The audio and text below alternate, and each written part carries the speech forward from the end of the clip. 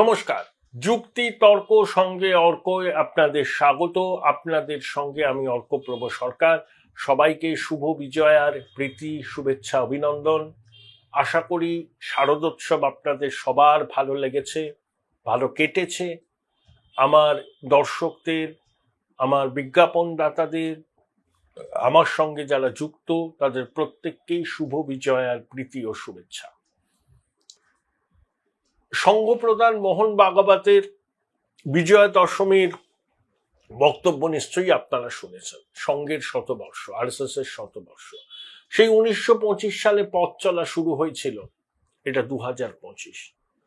ভারতবর্ষে কমিউনিস্ট পার্টিরও কিন্তু শতবর্ষ। কমিউনিস্ট পার্টির রাজনৈতিক দল, তারা কিন্তু সারা ভারতবর্ষে তো প্রভাব বিস্তার করতে পারলো না এই শতাব্দীর পদযাত্রায়, কিন্তু সংঘ একটা সামাজিক সাংস্কৃতিক প্রতিষ্ঠান হলেও সারা ভারতবর্ষে তার প্রভাব, তার বিস্তার ঘটেছে।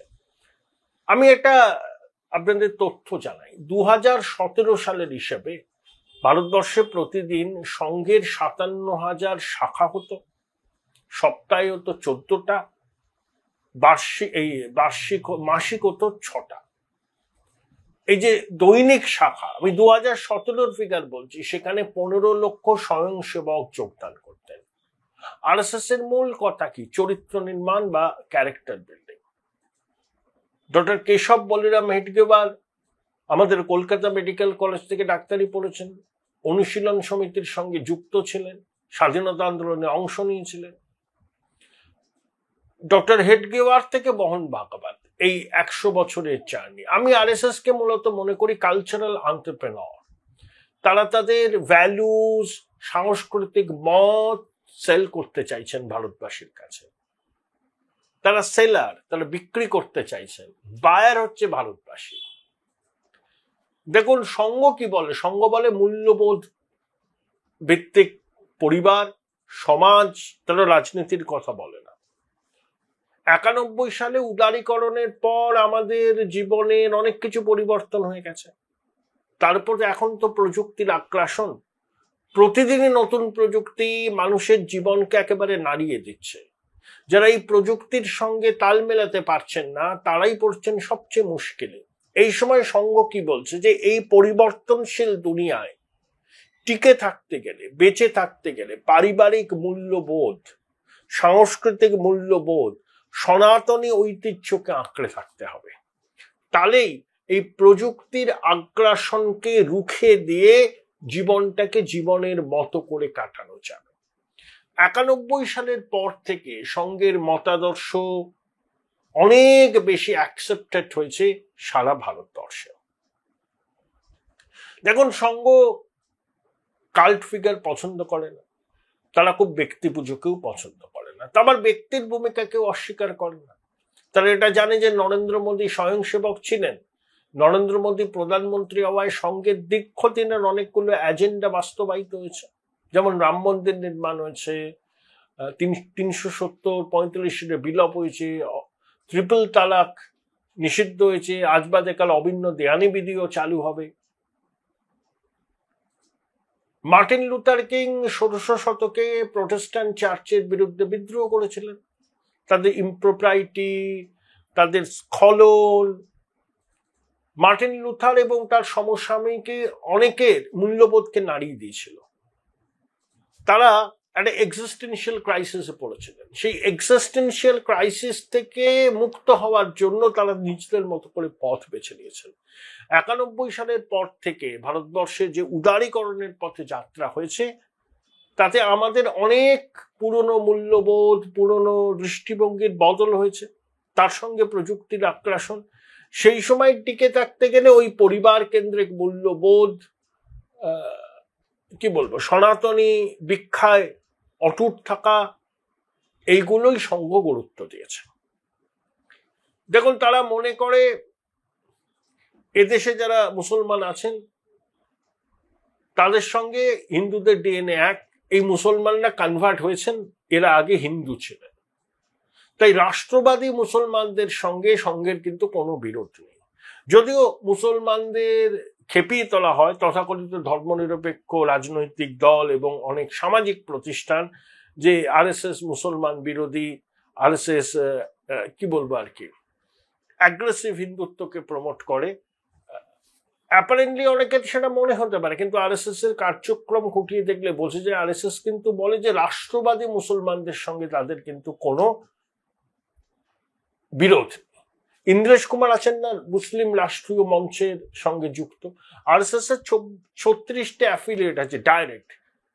এমআরএম ওই ডাইরেক্ট 36টার মধ্যে নেই, কিন্তু মুসলিম রাষ্ট্রীয় সংঘ মঞ্চ তারাও কিন্তু আরএসএস এর সঙ্গে নিবিড়ভাবে যুক্ত। বহু মানুষ, বহু সংখ্যালঘু ভাই তাদের মধ্যে যুক্ত হয়ে আছে। এখন আরএসএস মনে করছে দেশের কাছে সব থেকে বড় বিপদ কি, যে জনবিন্যাস বদলে চলা।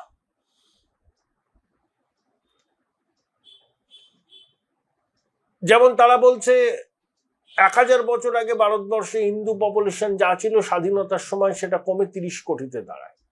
তাহলে হিন্দু পপুলেশন ডিক্লাইন করছে। যদিও 2047 সালে স্বাধীনতার 100 বছরে ভারতবর্ষে হিন্দু জনসংখ্যাই হবে 150 কোটি। স্বাধীনতার সময় যেটা ছিল 30 কোটি, আর স্বাধীনতার 100 বছর পর 5 গুণ বেড়ে 150 কোটি। কিন্তু আরএসএস মনে করে যে জনবিন্যাসকে পরিকল্পনা করে বদল করা হচ্ছে এবং তাতে মদত দিচ্ছে বিদেশি শক্তি। সেই জন্য প্রধানমন্ত্রী 15ই আগস্ট স্বাধীনতার 78তম বর্ষপূর্তিতে লালকেল্লার প্রাকার থেকে কি বললেন, যে ডেমোগ্রাফিক মিশন তৈরি হবে, জনবিন্যাস বদলাচ্ছে, পরিকাঠামোয় চাপ বাড়ছে, ভারতীয় নাগরিকদের কাজের সুযোগ কমছে। এই ডেমোগ্রাফিক মিশনের কিভাবে গঠন করা হবে, কারা কারা থাকবেন সে বিষয়ে স্পষ্ট কোনো দিক নির্দেশ আমরা এখনো পাইনি, কিন্তু এটা হবে। প্রধানমন্ত্রী বলেছেন নিড অফ দ্য আওয়ার। এটা কিন্তু আরএসএস এর একটা এজেন্ডা, সেটাকে সরকার রূপায়িত করতে চাইছে। অতীতে বামপন্থী মতাদর্শের সঙ্গে আরএসএস এর মতাদর্শগত বিরোধ আছে, সেটা খুব তীব্র। বামপন্থীদের আরএসএস তাদের মতাদর্শকে চ্যালেঞ্জ করার শক্তি বলে মনে করে। তাই পশ্চিমবঙ্গের ক্ষেত্রে তারা এতদিন ধরে মনে করেছিল যে বিজেপি এখনো সেভাবে শক্তিশালী নয়, তাহলে মমতা বন্দ্যোপাধ্যায়ের রাজনৈতিকভাবে পতন হলে তার জায়গাটা বামপন্থীরা নিতে পারে, সেটা আরএসএস কখনো চায় না, বাস্তব। কিন্তু এখন তারা বুঝতে পেরেছে যে বামপন্থী এবং কংগ্রেসীদের অস্তিত্ব এই রাজ্যে ক্রমশ বিলুপ্ত হচ্ছে। ডাইনোসর প্রজাতিতে অন্তত বামপন্থীরা পরিণত হবেন খুব শীঘ্রই। যতই তারা রাস্তায় নেমে আস্ফালন করুন, ভোট বাক্সে তাদের এই ক্ষয় সেটা কিন্তু এখনো কমবে না। এবং একই সঙ্গে পশ্চিমবঙ্গ সীমান্তবর্তী জেলা, রাজ্য 2200 কিলোমিটার সীমান্ত বাংলাদেশের সঙ্গে, নেপালের সঙ্গে আছে, ভুটানের সঙ্গে আছে, চিকেন নেক আছে, খুব স্পর্শকাতর। যেভাবে পাকিস্তান বারবার করে হুমকি দিচ্ছে যে বাংলাদেশের মাটিকে ব্যবহার করে ভারতের উত্তর পূর্বকে টার্গেট করা হবে, সংঘ নেতৃত্ব মনে করছেন এই রাজ্যেও এমন একটা সরকার দরকার যারা তাদের মতাদর্শকে সমর্থন করে, মানে রাষ্ট্রবাদী সরকার, বিজেপির সরকার। তাই মমতা বন্দ্যোপাধ্যায় সম্পর্কে তাদের যে মূল্যায়ন অতীতে ছিল, এখন সেই মূল্যায়ন নেই। তারা বুঝছেন যে অনুপ্রবেশকে লাগাম টানতে, পশ্চিমবঙ্গের মতো সীমান্তবর্তী রাজ্যের সুরক্ষাকে নিশ্চিত করতে এবং উত্তর পূর্বের সুরক্ষাকে নিশ্চিত করতে এখানে রাষ্ট্রবাদী একটা সরকার দরকার, বিজেপির সরকার দরকার। সেই জন্য মমতা বন্দ্যোপাধ্যায়ের প্রতি তাদের দুর্বলতা অতীতে যা ছিল, সেই দুর্বলতাকে ঝেড়ে পুছে সাফ করে তারা কিন্তু এবার পথে নেমেছে বিজেপির পক্ষে।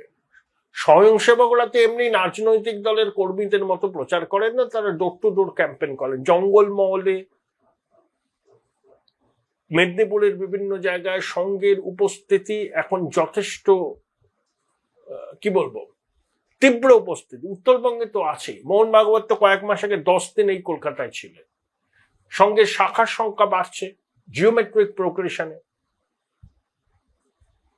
দেবীপক্ষের দিন স্বয়ংসেবকরা পথে নেমেছিলেন গণবেশে। বিজয়া দশমীর দিন যেহেতু বাঙালির দুর্গাপুজো, বিসর্জন, বিজয়ের অনুষ্ঠান হয়, সেই জন্য বিজয়া দশমীর দিন তারা অনুষ্ঠানটা না করে দেবীপক্ষের সূচনার দিন করেছেন। মোহনজির বক্তব্য তারা সবাই শুনেছেন। অর্থাৎ বাংলাকে তারা যে কতটা গুরুত্ব দিচ্ছে এগুলোই তার প্রমাণ।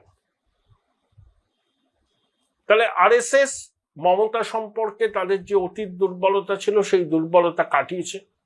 তার পিছনে অনুপ্রবেশ একটা বড় কারণ, এ রাজ্যের সুরক্ষা, উত্তর পূর্বের সুরক্ষা আর একটা বড় কারণ। এবং একই সঙ্গে আরএসএস এটাও মনে করছে যে এই রাজ্যটা তো উত্তর পূর্বের প্রবেশদ্বার, এখানে যদি বিজেপির সরকার থাকে তাহলে দেশের সুরক্ষা নিরাপত্তার বিষয়টা অনেক নিশ্চিত হবে। তাই তারা বিজেপির প্রার্থীদের সমর্থনে দেখবেন যখন প্রার্থী তালিকা তৈরি হবে তাদেরও অনেক সে থাকবে প্রার্থী তালিকার পিছনে, তারাও কিন্তু নামবেন নিজেদের মতো করে। লোকসভায় তারা কিছুটা গুটিয়ে নেওয়ার খেসারত বিজেপিকে দিতে হয়েছে।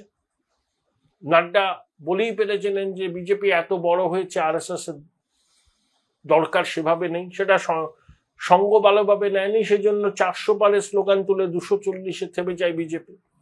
তারপর মোদীজি অমিত শাহ বুঝতে পারেন যে সঙ্গের সঙ্গে সম্পর্কের মেরামতির প্রয়োজন, তাই প্রধানমন্ত্রী আরএসএস এর সদর দপ্তরে যান। মোহন ভাগবত প্রধানমন্ত্রীর লোক কল্যাণ মার্গে এসে দেখা করেন।